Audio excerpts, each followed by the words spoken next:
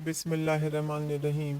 तमाम तारीफ़ें उस अल्लाह रब्बुल इज़्ज़त के लिए लायक और ज़ेबा हैं जो तमाम जहानों का बनाने वाला और उसे पालने वाला है।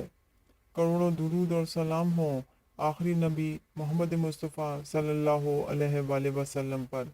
अस्सलाम वालेकुम वरहमतुल्लाहि व बरकातहू। नाज़रीन और सामीन, आज की हमारी गुफ्तगू का उन्वान सूरतुल अलक़ की बरक़ात और फ़जीलत है। ये सूरत कुरान पाक के 30वें पारे में है।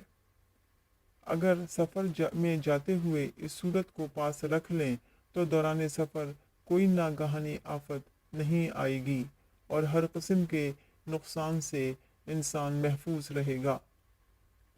अगर किसी को अपने अफसर या हाकिम या बादशाह के पास जाना हो तो उसे चाहिए कि अव्वल और आखिर 3 मरतबा दुरूद शरीफ और दरमियान में 1 मरतबा ये सूरत पढ़कर जाए।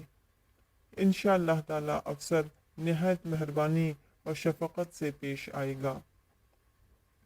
जोड़ों के दर्द के लिए अव्वल और आखिर 3 मरतबा दुरूद शरीफ और दरमियान में 1 मरतबा ये सूरत पढ़कर जोड़ों पर दम कर लें।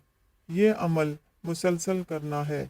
इंशाअल्लाह ताला जल्द ही जोड़ों के दर्द से निजात मिल जाएगी। तरक़्क़ी इल्म और इम्तिहान में अच्छे नंबरों से कामयाब होने के लिए बाद नमाज फ़जर अव्वल और आखिर 3 मरतबा दुरूद शरीफ और दरमियान में 3 मरतबा ये दुआ पढ़ें।